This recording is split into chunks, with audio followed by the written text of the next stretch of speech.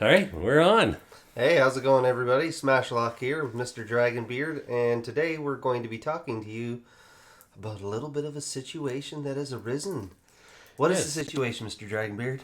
Well, Lord Harris of the Sam clan has decided to cast down from his ivory tower how people should vote and think about Donald Trump and Madam Hillary.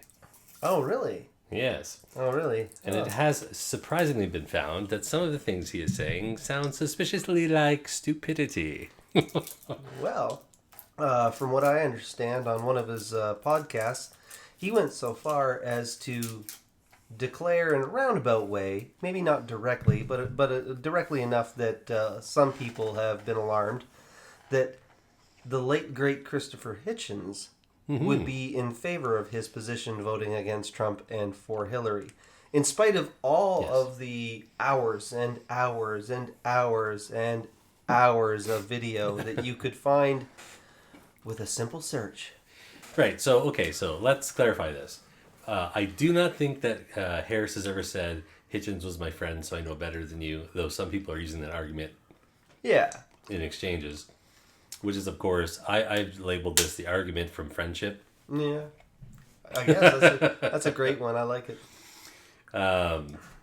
But what he has done is he has decided to wager out, and he's even included a video in his discussions at some point on his podcast, talking about how Hitchens probably would have opposed Trump.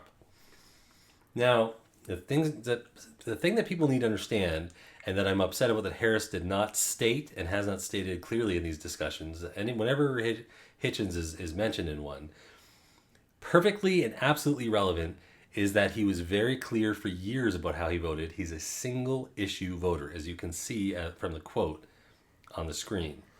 Right. Which means he didn't really care as much as people normally do about whether he even liked the candidates. He may vote against the candidate he likes better. It's about the issue that he's chosen. And he's also very clear year after year about what that issue was. Right. And when he was alive, he had even been very clear, Hitchens I'm talking about, that he liked Kerry better as an individual. Right. But he thought that Bush would be stronger on the issue of dealing with the issues in Iraq and Afghanistan. Now, Hitchens is a person who has made his votes based on single issues and then quite often ended up being disappointed.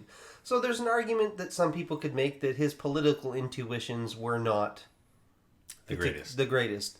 And that's a fair statement to make, I guess. He's not really here to defend himself. But this post... That's not, most specifically though, that's not really what we're getting at. No. About the value. We're not even giving value judgments at this point. Hitchens wasn't a saint. We're not holding him up as he was a man to respect, an interesting person to analyze and discuss now that especially that he's gone. Yeah.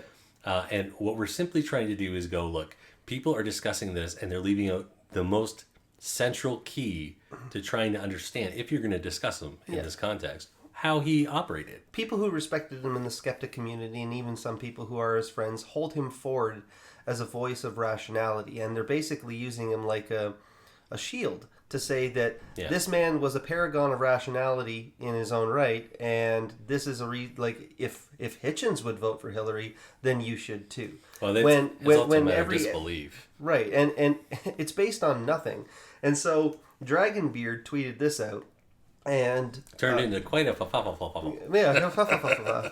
Some people love it, a lot of people love it, but there were some people who were demanding source material for the actual quote because they didn't want us quote mining Saint Hitchens. So just so anyone knows, if you're ever asked, here is the link that I provided people to NPR.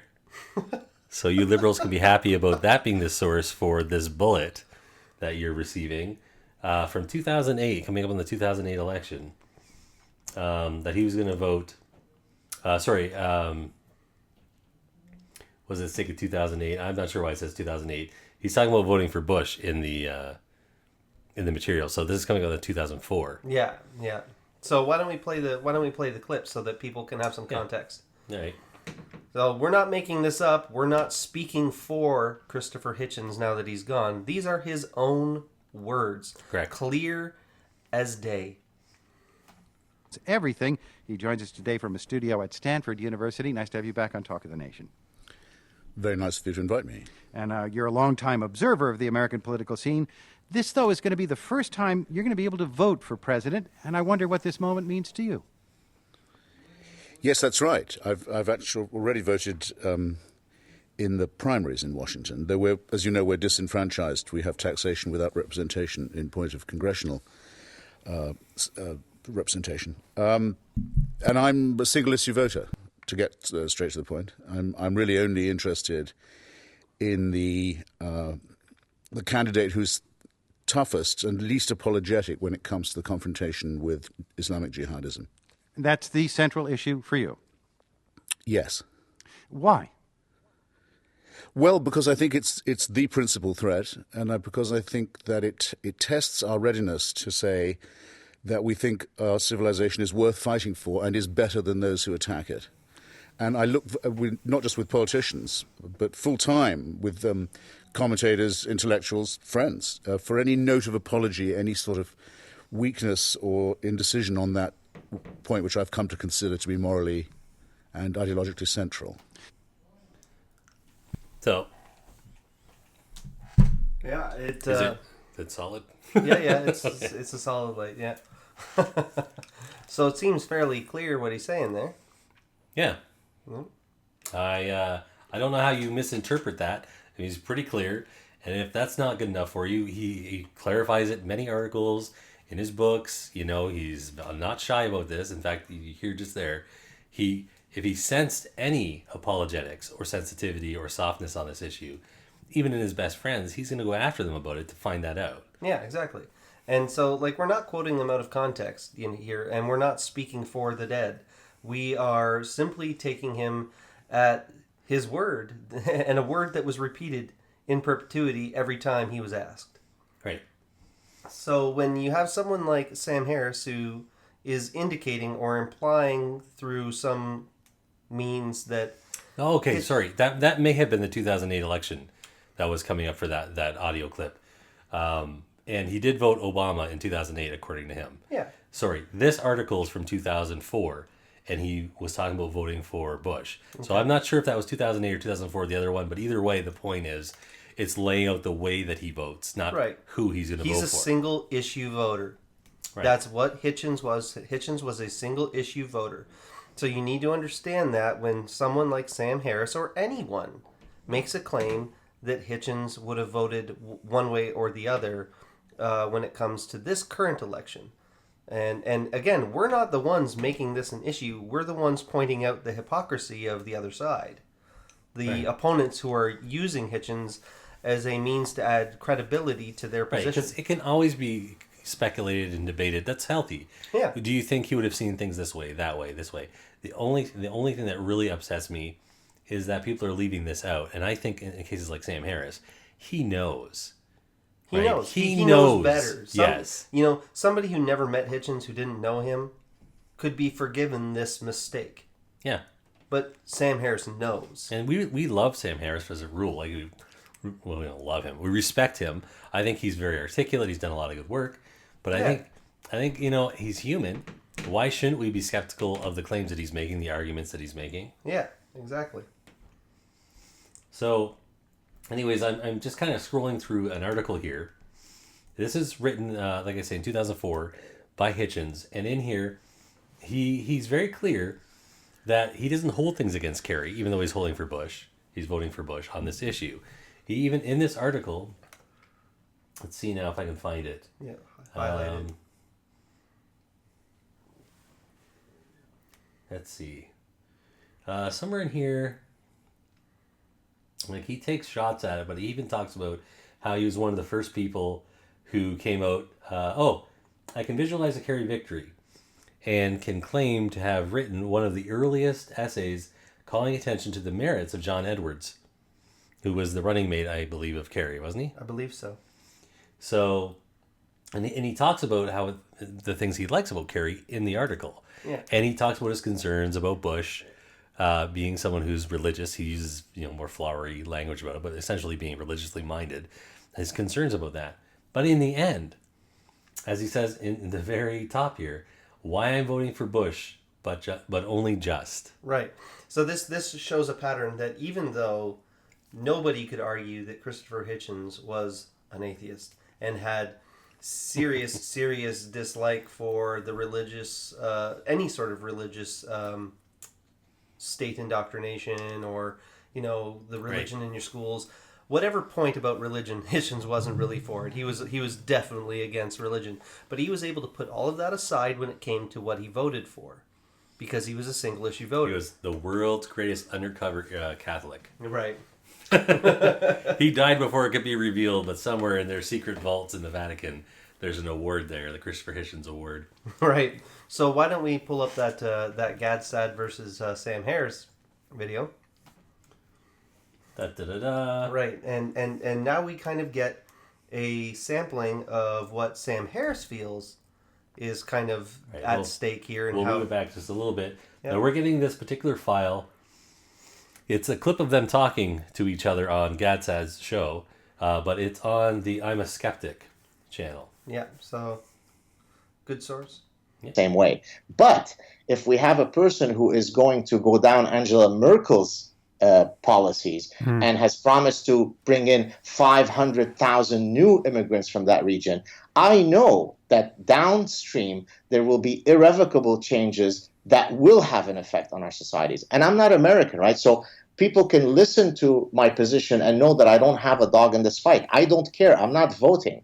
But I know what happens when Islam becomes dominant, notwithstanding that most Muslims are perfectly lovely. So therefore, I look at the issue that I think matters most to my children and yours, and I say, which of these two candidates scores better on that? And then maybe I'll go with the one who scores better, and that's it. What do you think of that logic? Yeah, well, I just don't. I wish our situation was that rosy, but I just think given the nature of Trump's mind and given the kinds of things he has said, you just can't be a single issue voter with respect to this election, because, I mean, he's said sufficiently crazy and world destabilizing things that if taken seriously and they were uttered earnestly, they suddenly pose bigger problems than Islam, arguably. So for him to say that maybe we want to default on our national debt or basically renegotiate it like it's a failing casino, you're talking about destroying America's standing in the world and maybe kicking off a global recession. It's just the end of the world. Right. The sky is falling. The sky is falling, Lord Harris. The sky is falling. And always with such specifics that he brings up about how terrible Trump is because he says dumb things and he's a dumb man and terrible things are going to happen. Also specific. Right. There's no substance to what he's saying here, which is really disheartening. Weird. It's weird. It's weird. It's out of character for him, actually. So I'm not really even certain how to approach. I attribute this to, what do they call that? The Dunning-Kruger effect. I've seen this same thing with like Thunderfoot and Richard Dawkins and Lawrence Krauss as scientists. They're each in their field and in other areas as well. They're very brilliant men. Right. But once it gets into politics, it's like whatever the surface story is, right, that's what they believe. They can't understand any deeper than what's presented on the most surface level. Right. It's the nuance goes out the window. Right. And in this case, it's even weirder because Harris is known for standing his ground and talking about the dangers of Islam and getting quite in depth about the natures of it. Not only that, but I mean, like he's stood before the might of the great Affleck, and been called a racist or had, that's racist yelled at him, and he was unflinching. We could say the same thing, though he's a very different type of personality on the show that guy was on. What's that comic's name? Bill Maher. Bill Maher, yeah. Bill Maher's the same way. If you're not with Hillary, you're a moron, you're stupid. And I'm just getting tired of the left throwing out these accusations, was essentially an academic large word speak is what he's doing. You're stupid, you're uneducated, you're a racist, you're a bigot, you're a misogynist unless you agree. Get out of here, Right. And the problem, but at least in my experience on Twitter and a couple of limited exchanges, I'm not very big on Twitter, so no big shock there. But a lot of the times people get hung up on who I'm supporting and not why I'm supporting Trump. Right. And again, I have to continually restate this. I'm not pro-Trump. I'm just more not pro-Hillary.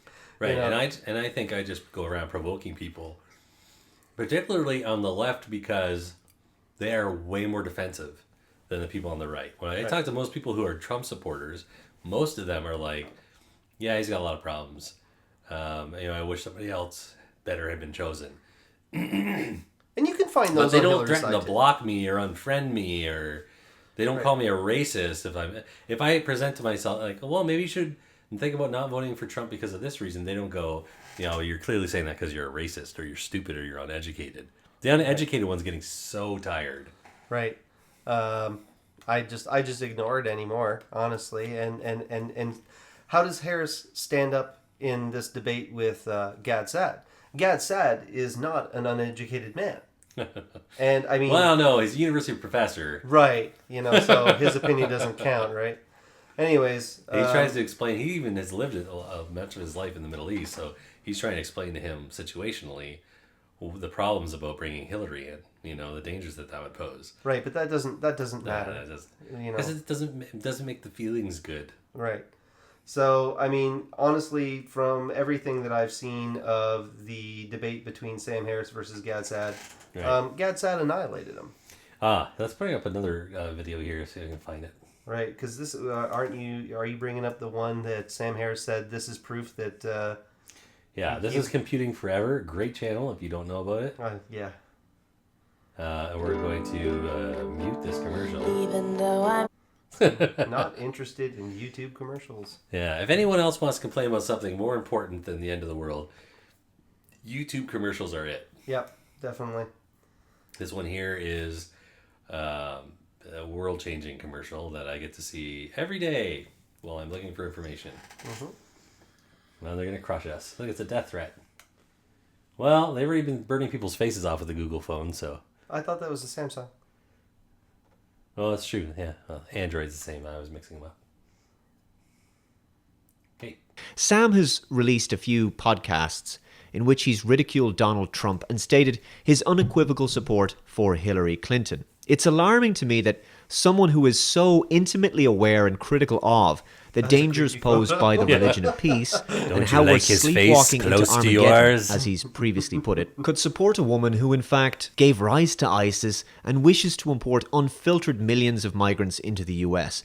There's a lot to talk about here. It's going to be a long video, so please sit back and let's take the time to analyse Sam's shockingly inept arguments in favour of a Clinton presidency. I'll begin by saying Gad Saad has previously spoken to Sam on his Waking Up podcast, recently enough, and he pretty much schooled Sam on why Trump is the better choice, and he did it in a civilised and friendly manner. Gad spoke about his position on this from experience, given his life in the Lebanon and rational his thinking has become regarding Trump. I'll just say that those of you who are mystified that I could forgive Clinton her obvious lying and other indiscretions just don't understand what a dangerous imbecile I think Trump is. Everyone remember to talk with a very controlled tone, use large words and proper sentence structure, and then people will know you're right in your arguments. All right, let's go. What's that, Lord Harris? I can't quite hear you. Sorry, could you speak up, Lord Harris? So we've had our first ad hominem already and prepare for That's plenty what we more. just did. So there's no real justification for his arguments, no examples, no substance, just a guttural feelings-based argument and how Trump is dangerous, and watch how Sam paints him as a cartoon-style villain in a manner similar to how the mainstream media does. I really think he is a child in a man's body. Another personal attack. Why is Sam having to resort to this pathetic... I'll try to remember to put these links in there. Is there something specific we want to know this? It's just a great video to listen to someone that goes through and breaks down his rant, like Harris's rant, and how empty and vapid it is. This is, we should probably name this Off the Cuff with Dragonbeard and Smashlock. It'll say Off the Cuff. No, there was another video that I wanted to show because a lot of people kept posting this video of Hitchens saying that there was a condition under which he would vote for Hillary, and this is their excuse. This is their evidence that he would. And we're not saying that he wouldn't, but you have to listen to what he's saying and then compare it to her stances now. And if you listen to what he's saying, he's not just saying, I would vote for Hillary. He's saying, I would vote for Hillary under these conditions. Because this is exactly what I'm trying to point out. It doesn't matter how much he hates her. He hated her guts. He didn't like Bush. Despised the Clintons. He did not like Bush. But he's saying he would vote for her. The problem I have here, when people keep saying he would vote for Clinton, is that she does not represent in any rational, objective way someone who's likely to clean up and fight the forces of ISIS, jihadists, help the Middle East, like Iraq, Afghanistan.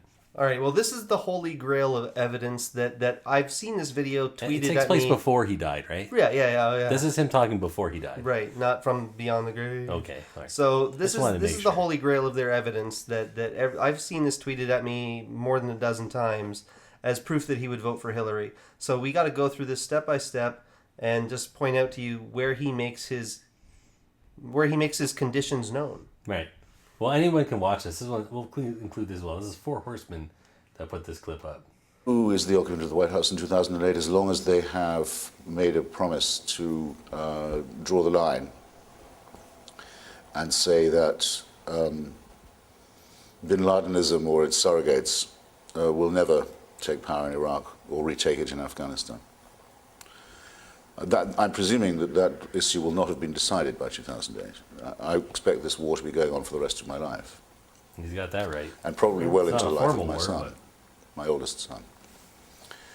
That will again be the only thing I care about. It is possible that there could be a Democrat who would say that. And it's even possible that it would be my least favorite Democrat, Mrs. Clinton. There you go. It's possible. Least favorite. And that she could be held to it. In that case, I'd happily give her my vote. So do we hear the conditions here? Right, so let's go back. And that she could be held to anything I care about. It is possible that there could be a Democrat. That will again be the only thing I care about. Okay, so he's talking. Okay, let's a little bit further. Sorry. I expect this war to be going on for the rest of my life. So he's talking about Iraq. And probably well into the life and of my son, Afghanistan. my oldest son. Probably just the war and terror in general. That will again be the only thing I care about. It is possible that there could be a Democrat who would say that. And it's even possible that it would be my least favorite Democrat, Mrs. Clinton. Okay, so has she said that she is going to take out ISIS? Oh yeah, I'm sure she said it. Has she said she's going to clean up the surrounding area, Syria, Palestine, and Afghanistan issues? Is she going to take her on? I'm sure she says all that. The problem is that Hitchens was well informed. So on this one issue, would he know, especially now with WikiLeaks dropping these bombs? WikiLeaks doesn't count. Oh, it only count. WikiLeaks only counts if it's against Republicans, Dragonbeard. That's another thing that's pissing me off. The who delivers a source doesn't matter. It's the material of the source. It's the evidence itself. Right. The example I used was that video from Veritas talking about people getting involved under the chain of command of Hillary, starting violence at Trump rallies. Well, the guy who presents it, he's a liar, and we think he's a bum. He was a criminal. This is what they keep bringing forward. What I said is, I don't care if it's Charles Manson presenting the video. What I care about is the evidence. Right. If the evidence holds up, is all that matters. Right. You know, the source of that information can give you pause. And there's nothing wrong with critically examining evidence from a dubious source. Right. But skepticism's fine. Right. But you can't avoid evidence while being a skeptic. I don't hear you. People can't see you putting your fingers in your ear. You sound like you're about to go on a reign of terror there.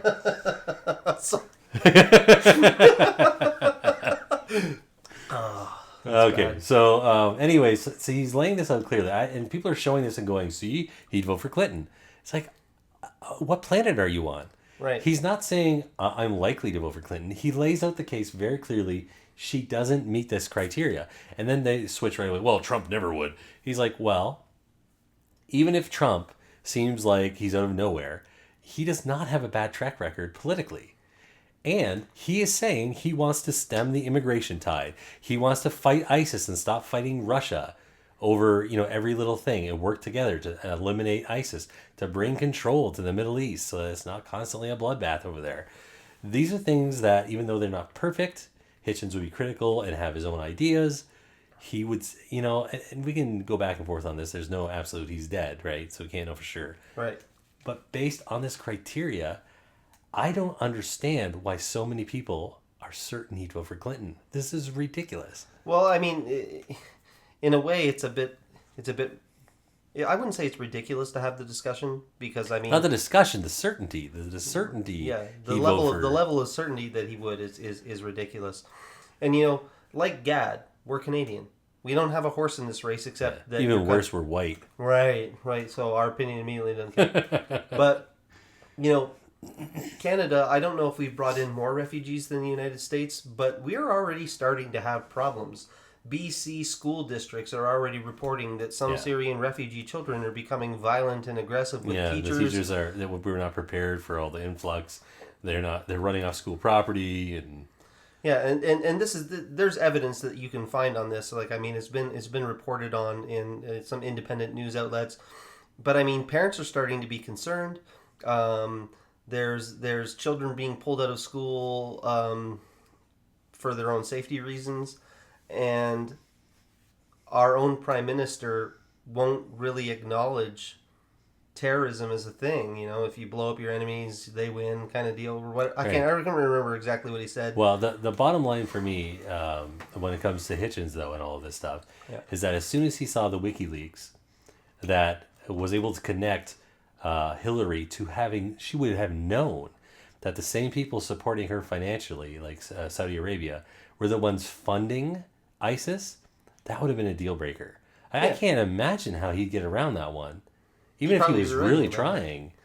So, let's wrap this up with a tiny bow because we're kind of rambling. Yeah. The fact of the matter is that we are not speaking for Christopher Hitchens. We'll let him do it for himself. Here you go, a little musical ditty by Dragonbeard and Smashlock. Yeah, well, I wish our situation was that rosy, but I just think given the nature of Trump's mind and given the kinds of things he has said, you just can't be a single issue voter with respect to this election. And I'm a single issue voter, to get straight to the point. You just can't be a single issue voter. And I'm a single issue voter. You just can't be a single issue voter. And I'm a single issue voter.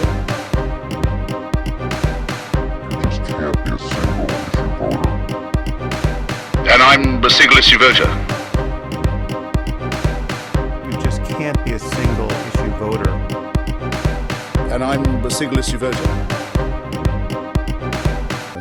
I'm really only interested in the candidate who's toughest and least apologetic when it comes to the confrontation with Islamic jihadism.